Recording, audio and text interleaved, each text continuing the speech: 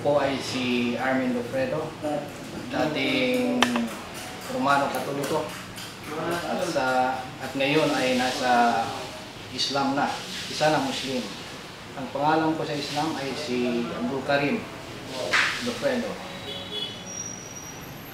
Bago ako pumasok sa Islam, ang buhay ko po ay parang palagay natin parang walang direksyon ang buhay ko po. Lagi akong napapaaway at saka may maraming bisyo at saka sumusuway po ako sa aking mga magulang. Ngunit noong 1992, naka-witness ako ng isang debate dito sa public plaza ng Iligan City. Debate ni Ustaz Rasul Fernandez at saka ni Pastor Roger Arienda. At doon sa pag-debate nila, may mga binibigay sila ng mga pamphlets, mga dialogue books, pamphlets. Tapos pagkatapos ng debate parang na-convince ako sa mga messages ni Ustaz Najib Rasul Fernandez. Saka doon parang na-touch ang ko, parang na-weaken ang paniniwala ko sa Kristiyanismo. Ang ginawa ko sunod, pagkatapos ng debate na yon, binasa ko, pag-uwi ko ng bahay, binasa ko yung mga pamphlets. Katabi ang Biblia na King James Version ng father ko. Kasi ang father ko, dating Romano Katoliko, tapos born again. King James Version ang ginagamit niya. Tapos, binasa ko, tinignan ko ang mga verses sa Bible, at saka doon na-convince ako na ang Islam talaga ang totoo na reliyon. Kasi nabasa ko rin sa Biblia yung sinabi ni Jesus Christ na John 8:32 na seek for the truth will set you free. Hanapin mo ang katotohanan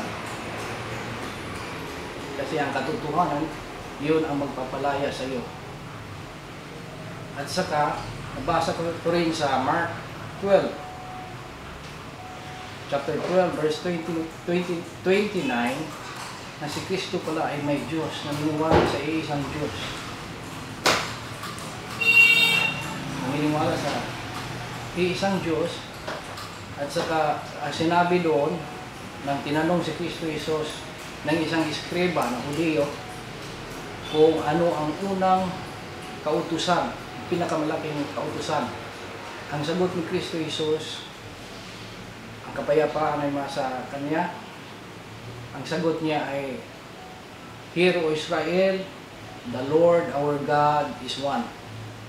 Sa salitang Aramaic, Shama Israelo, Adonai Eloheinu, Adonai Echad.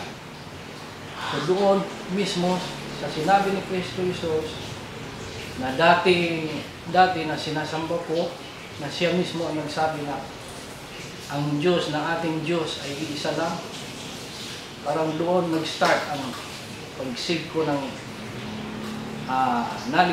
knowledge about Islam. Nag-research talaga ako, mga kapatid, about Islam. Tungkol naman sa reaction ng mga parents ko, alhamdulillah, parang natuwa ko rin sila kasi yung mga reaction nila, sabi nila, mas mabuti na lang yun kasi si Armin naniniwala lang sa Diyos. Di tulad dati na basalolero, lasenggo, maraming bisyo at palagi napapaaway. Minsan na po police station pa. Yun ang mga experience. Pero alhamdulillah ngayon nakikita nila na unti-unti yung pagbabago na yung mga bisyo ko medyo na iwasan ko na, alhamdulillah. Tapos nagsasamba na ako ng 5 times a day. Yun ang mga nabago. Tapos nagpupuasa ako. Alhamdulillah, nakaya ko naman kahit paputol-putol noon. Ngayon, alhamdulillah po, 3 years na perfect ko na. Alhamdulillah ang pagpuasa. Sa mga kaibigan ko naman, natural kasi naiba na rin ang way of life ko. Hindi na tulad ng dati na barkadista, umiinom, masabay sa mga bar-bar, mga gimmick-gimmick, ganyan. Unti-unti rin sila umiiwas sa akin. Kumbaga medyo kumulang yung mga kaibigan ko ng mga pan. Pero alhamdulillah, may mga kapatid na ako ngayon na mga Muslim. At sa mga kapatid ko na ito, para lumakas ang paniniwala ko sa Islam. Kasi yung camaraderie and brotherhood ng Islam is iba kaysa sa ibang kaysa mga barkada mo na ang hinahanap lang nila kung meron ka, ikaw ang parang sikat. Pero kung wala ka, dito sa Islam, sharing talaga. May pagmamahal. Sa sagot ko naman sa tanong na kung ano ang mga message ko sa mga hindi pa mga Muslim, mga kaibigan, mga kapatid, sana habang buhay pa tayo, may chance pa tayo na maghanap sa katotohanan. Kasi sinabi din sa Biblia, John 8:32, na hanapin talaga ang katotohanan. Sana before hindi pa tayo mawala dito sa ating mundo, may chance pa binigay sa atin ng Allah Subhanahu wa Ta'ala na makahanap ng katotohanan, makagawa ng mga mabubuting mga gawain. Sana magsaliksik din kayo sa katotohanan. Saliksikin ninyo ang Islam, ano talaga ang katotohanan sa Islam at sa mga Muslim. Hindi yung base lamang sa mga sabi-sabi ng mga hindi rin Muslim.